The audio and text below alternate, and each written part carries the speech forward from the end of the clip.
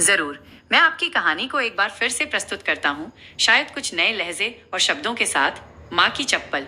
माँ, महज 3 अक्षर, पर इसमें समाया है जीवन का सार। माँ का ऋण तो जन्मों जन्मों तक नहीं चुकाया जा सकता। जब हम सफलता के शिखर की ओर बढ़ते हैं तो अक्सर ये भ्रम होता है कि ये हमारी अपनी मेहनत का फल है, पर हम भूल जाते हैं कि किसी ने हमें अपनी उंगली थमाकर चलना सिखाया था। आज की कहानी माँ की चप्पल एक ऐसे ही बेटे और उसकी माँ के निस्वार्थ प्रेम की गाथा है जो शायद आपकी पलकों को भी भिगो दे। उत्तर प्रदेश के एक छोटे से गांव भैरमपुर में सुबह का आगमन धीमी धूप और मिट्टी की भीनी खुशबू के साथ हुआ। एक पुराने घर की जर्जर दीवारों के बीच बैठी थी काशी की माँ। उनकी उम्र ढलान पर थी, कमर झुक गई थी, हाथ थरथराते थे और उनकी आंखों में केवल एक ही चेहरा बसा था, उनके बेटे राजीव का। 3 महीने हो गए, न कोई फोन, न कोई संदेश। आजकल तो फोन करना भी शायद पहाड़ चढ़ने जैसा हो गया होगा। आंगन में झाड़ू लगाते हुए अचानक उनकी नजर अपनी टूटी हुई चप्पल पर ठहर गई, जिसकी एक पट्टी कब से साथ छोड़ चुकी थी। माँ की आह निकली, इस चप्पल की तरह मैं भी तो धीरे धीरे टूट रही हूँ, पर किसे फिक्र है।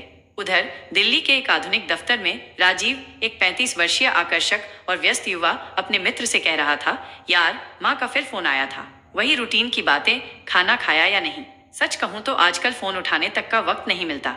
उसके फोन की स्क्रीन पर माँ के 7 मिस्ड कॉल टिमटिमा रहे थे, जिन्हें उसने अनदेखा कर दिया था। हर अनदेखा कॉल माँ के हृदय पर एक अनकही चोट पहुंचा रहा था। गांव में काशी की माँ अब भी अपने खेतों में अकेली काम करती थी। अपने लिए भोजन स्वयं बनाती थी। बूढ़े शरीर से बर्तन साफ करना, लकड़ी काटना और उसी टूटी चप्पल के साथ गांव के कच्चे रास्तों पर चलना उनकी नियति बन गई थी। एक दिन उन्होंने अपनी पड़ोसन से अपनी पीड़ा साझा की। राजीव तो अब बड़ा आदमी बन गया है, मेरी छोटी मोटी परेशानियां उसे कहाँ समझ आएंगी।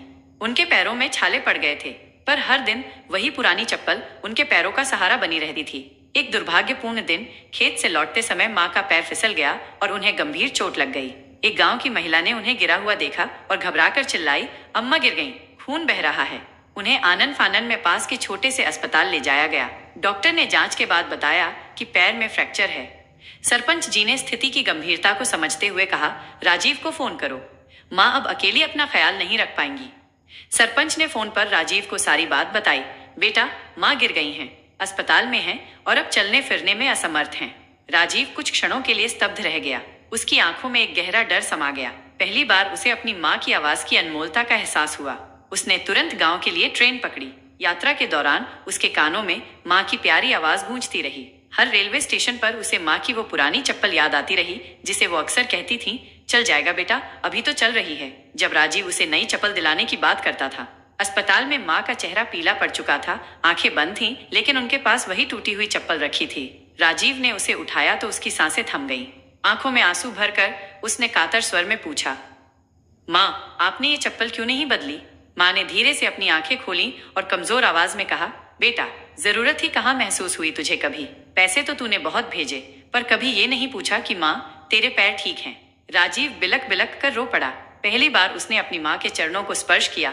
माँ, मैं बहुत बुरा बेटा हूँ, अब एक पल भी तुम्हें अकेला नहीं छोड़ूंगा, वो सिसकते हुए बोला। अब माँ शहर में राजीव के साथ रहती हैं। आरामदायक बिस्तर, वातानुकूलित कमरा और नई चप्पलें अब उनकी हैं। लेकिन माँ ने अब भी अपने कमरे के एक कोने में वो पुरानी टूटी हुई चप्पल सहेज कर रखी है।